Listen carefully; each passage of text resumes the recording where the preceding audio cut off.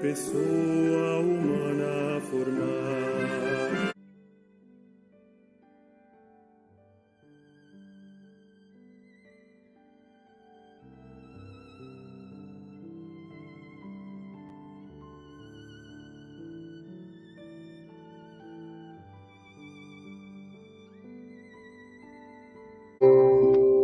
Honra e glória, poder e louvor a Jesus, nosso Deus e Senhor.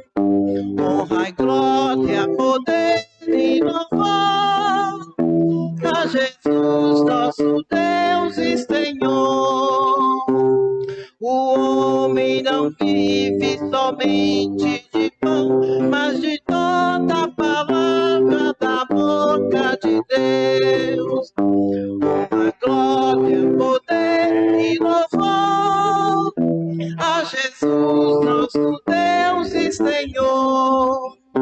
Honra, glória, poder e louvor a Jesus, nosso Deus e Senhor. O Senhor esteja convosco. Ele está no meio de nós. Proclamação do Evangelho de Jesus Cristo, escrito por Lucas. Glória a vós, Senhor. Naquele tempo, Jesus, cheio do Espírito Santo, voltou do Jordão e no deserto ele era guiado pelo Espírito.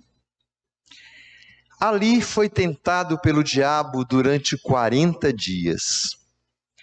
Não comeu nada naqueles dias e depois disso sentiu fome.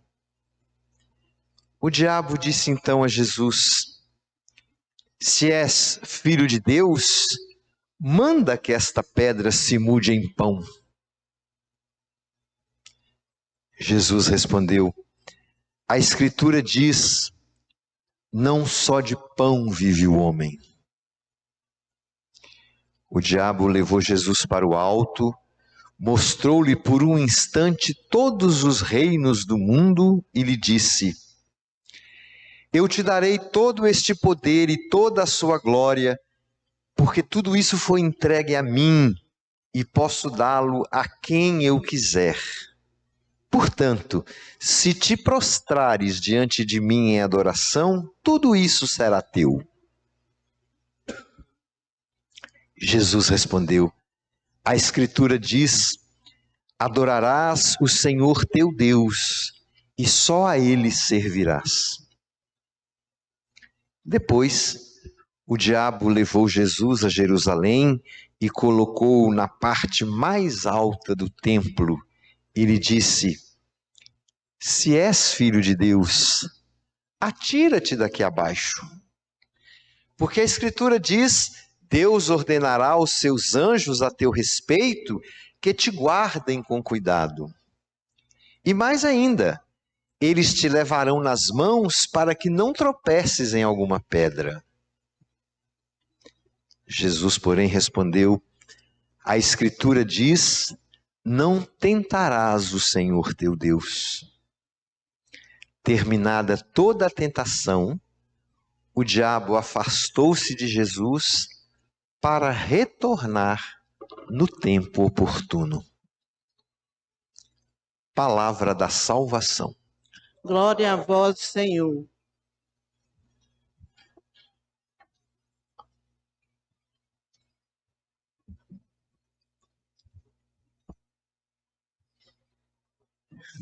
Irmãos que nos acompanham de casa, irmãos que formam esta assembleia orante. Na igreja primitiva, na igreja nascente, a Quaresma era o tempo de preparação para a iniciação cristã. Batismo, crisma, eucaristia. Para isso, os novos cristãos se preparavam longamente por meio de ensinamentos, atos de penitência, estudos, orações e práticas espirituais diversas. Quando as pessoas se decidiam a se tornar cristãs, elas passavam como que por uma escola de vida, até terem de fato o discernimento da escolha que estavam fazendo. Esse era o tempo da iniciação à vida cristã, que se tornava mais forte nos 40 dias que antecediam a Páscoa.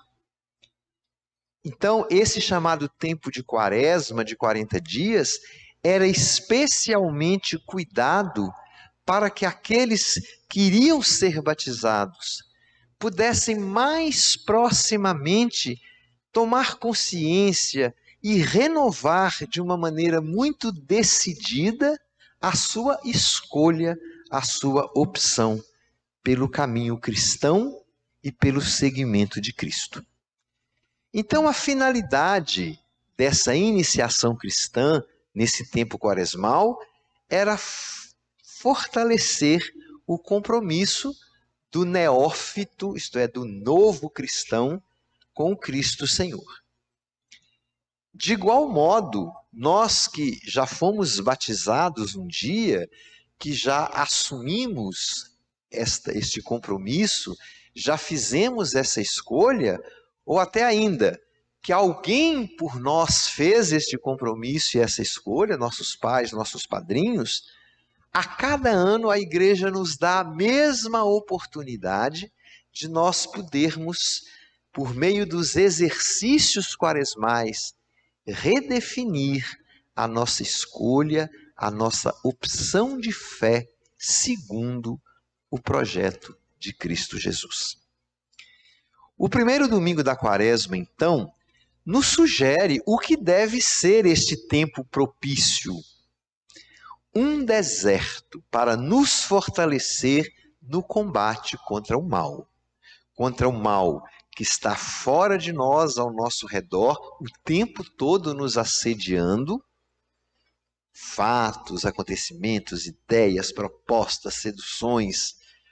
E o mal que está dentro de nós sendo alimentado por este mal que está fora de nós. Então a Quaresma se coloca para nós como uma situação de deserto, para que nós possamos neste tempo também fortalecer o nosso combate contra o mal. Assim, recordando neste tempo litúrgico os famosos 40 anos de Israel no deserto, os 40 dias de Moisés no monte, os 40 dias do profeta Elias também na montanha, os 40 dias de Jesus no deserto, nós, celebrando isso, fazendo a memória disso liturgicamente, nós vamos fortalecendo também a nossa opção de fé em Deus. A primeira leitura, então, que nós ouvimos do livro do Deuteronômio, ela lembra exatamente esta ação de Deus na história do seu povo antigo, do seu povo da aliança do Velho Testamento. E ela vai lembrando, o texto vai lembrando a forma como Deus vai se manifestando nos acontecimentos, na vida e na nossa percepção das coisas. É só a gente ter os olhos um pouquinho mais abertos, os olhos do coração, que a gente vai dando conta de perceber esta mão de Deus que se manifesta, que nos conduz, que nos ampara, que nos protege em todas as coisas que nos cercam e fazem parte da nossa vida. Então, assim é o espírito da primeira leitura, que na verdade esse texto que nós ouvimos faz parte da despedida de Moisés. Antes de chegar na terra prometida, Moisés faz como que um testamento, uma despedida diante do povo. E o teor dessa despedida é a recordação do passado, isto é, da ação de Deus na história passada do seu povo, e uma exortação para o presente. Recorda-se que durante a escravidão no Egito, os israelitas clamaram ao Senhor por 400 anos. Clamaram ao Senhor. E o Senhor agiu, fazendo o seu povo sair daquela opressão e conduzindo este povo para um lugar que, segundo a leitura, era a terra onde jorra o leite e o mel, a terra da fartura e da doçura, a terra da fartura e da suave convivência entre os homens, sem opressões, sem escravidões, sem a canga, né, escravizadora dos seres humanos. E os 40 anos, portanto, passados pelo povo de Deus no deserto, foram sim um tempo oportuno para uma experiência de fé. Essa confissão de fé se desenvolve, portanto, aí no Deuteronômio, por conta da memória do povo e do reconhecimento da ação de Deus, da atuação de Deus na sua história. Sempre fincada naquela máxima da Sagrada Escritura: quem crer experimentará as maravilhas de Deus. Então, a confissão de fé que brota desses 40 anos de deserto, ela se fundamenta nesta consciência, nesta memória da própria história, da ação de Deus na vida, na história daquele povo, e, ao mesmo tempo, isso faz brotar a esperança de que a resposta de fé desta comunidade vai fazer com que eles vejam maravilhas ainda maiores de Deus. Moisés, então, deixa recomendações para quando o povo de Israel entrar na terra prometida. Vamos lembrar que depois de conduzir por 40 anos a caminhada do povo, Moisés morreu nas margens de cá do Rio Jordão. Ele não fez a travessia, ele morreu antes do povo chegar. Ele conduziu, mas ele não viu, não pisou na terra prometida. Portanto, o povo chega lá na terra da liberdade, tendo sido conduzido por Moisés, mas ele mesmo não vai estar mais. Então ele deixa as recomendações para isso e vai instruindo o povo para, ali chegando, se estabelecendo, o povo possa oferecer o melhor dos frutos do seu trabalho, o melhor da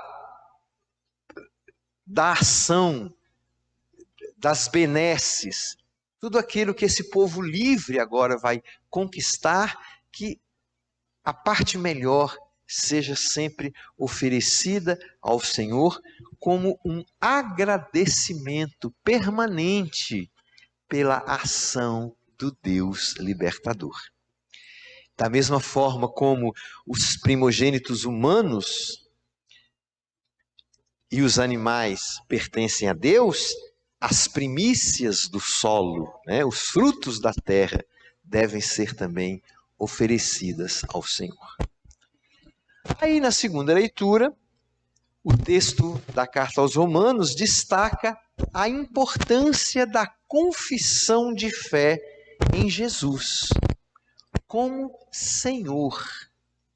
Se na primeira leitura nós tínhamos a fé fundamentada na libertação da escravidão do Egito, na segunda leitura, a fé se baseia na salvação dada por Deus, não mais em Moisés, mas em Cristo Jesus. A salvação plena e perfeita.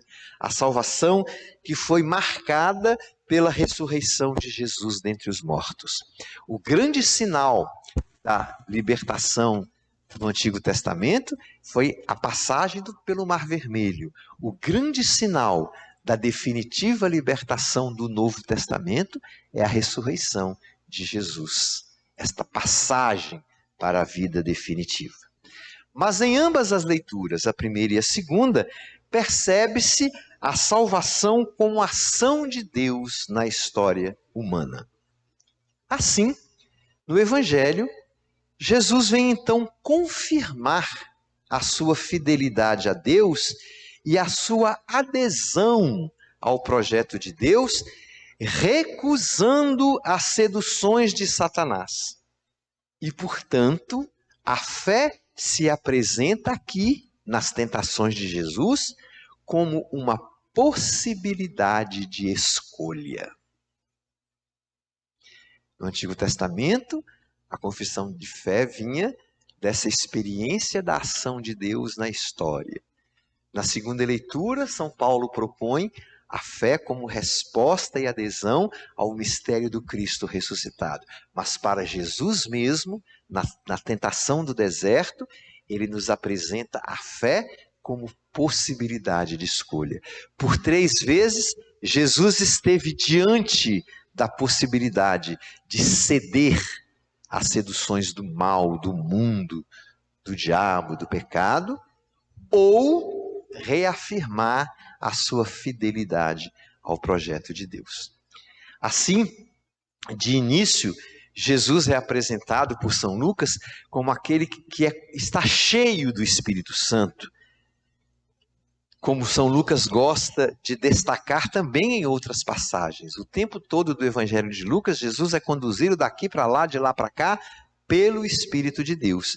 E é esse Espírito mesmo que conduz Jesus ao deserto e que faz com que Jesus encare as provações do diabo. No Espírito de Deus, revivendo toda a sua história do seu povo em sua quaresma de deserto, Jesus vai enfrentar as tentações, as seduções, as possibilidades de outras escolhas que não sejam o reino de Deus. E começa com Jesus experimentando a fome no deserto, da mesma forma que os israelitas experimentaram tantas vezes na travessia do deserto muita fome. E lá o povo se revoltava contra Moisés. Por que não deixou a gente ir lá no Egito? Lá a gente era escravo, apanhava, morria, não tinha liberdade, mas a gente tinha pão para comer. Agora no deserto estamos aqui expostos à fome. Então Jesus experimenta a fome também. No entanto, em vez de se rebelar contra Deus, ele reconhece que não se vive apenas de pão. Embora o alimento seja necessário, Jesus compreendia que a vontade do Pai era mais importante e nisso ele se sustentava. Em seguida, Jesus olha todos os reinos com os quais o diabo o quer seduzir. Isso é uma imagem muito, muito simbólica, né? O diabo diz, tudo isso é meu. Quer dizer, as seduções do mundo são minhas. Então Jesus contempla isso. Os judeus adoraram o bezerro de ouro no deserto. Lembram? Enquanto Moisés fez o seu retiro para receber a lei de Deus, lá embaixo o povo foi seduzido pela tentação de novo de adorar os ídolos como adoravam no Egito, o ouro, a prata. E aí o povo cede e adora o bezerro de ouro no deserto. Mas Jesus, no seu deserto, rejeita aquela proposta e adora apenas o único Deus. Então, a fé em Deus é superior às grandezas, às honrarias que se poderiam adquirir prostrando-se diante do tentador e servindo-o. Enfim, Jesus sofre a mais refinada tentação, a da filiação divina. O inimigo de Deus sugere, se és filho de Deus, atira-te para baixo, não vai te acontecer nada. Jesus não tentou a Deus, como o povo no deserto, mas Jesus venceu o tentador no seu deserto, mostrando a sua confiança no Pai e sua fidelidade a Ele. Na narrativa de São Lucas, a ordem das tentações difere da narrativa de São Mateus. Lucas inverte as duas últimas tentações, né? Mateus coloca primeiro a tentação do pão, da fome, depois a da filiação divina e depois a dos reinos do mundo. Mas São Lucas inverte a tentação da fome, a tentação dos reinos do mundo e deixa por fim, né, a tentação de renunciar à sua identidade de filho de Deus. Porque aí Lucas coloca assim, o demônio mostrou a Jesus, botou Jesus no alto do templo de Jerusalém. Joga-te daqui abaixo. Não vai te acontecer nada. Se você é filho de Deus mesmo, vai mandar um tanto de anjo te socorrer. E a minha vontade será feita. No templo de Jerusalém. Por que São Lucas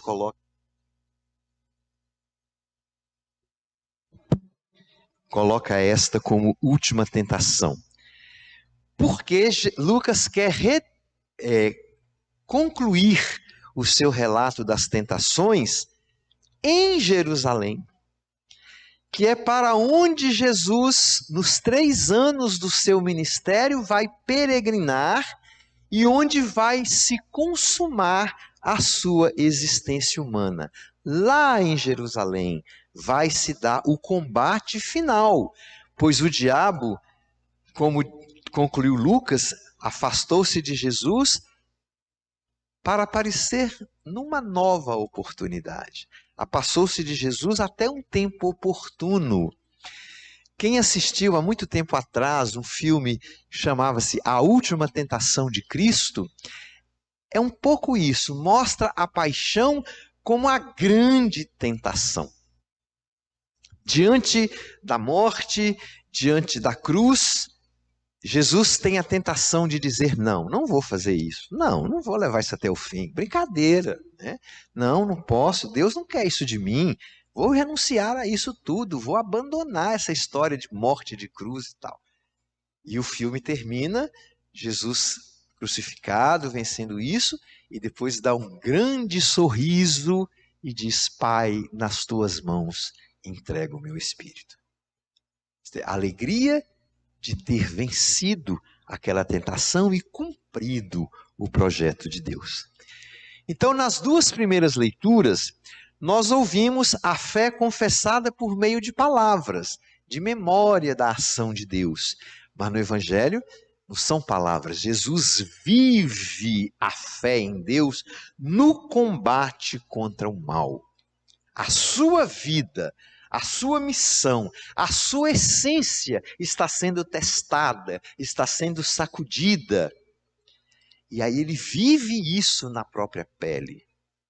Talvez mais fortemente do que qualquer um de nós outros.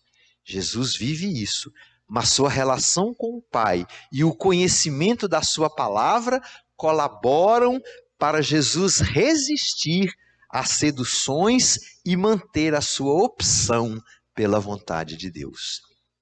A cada uma das tentações, ele respondia com a palavra de Deus, traduzida, meditada, sentida no seu próprio coração.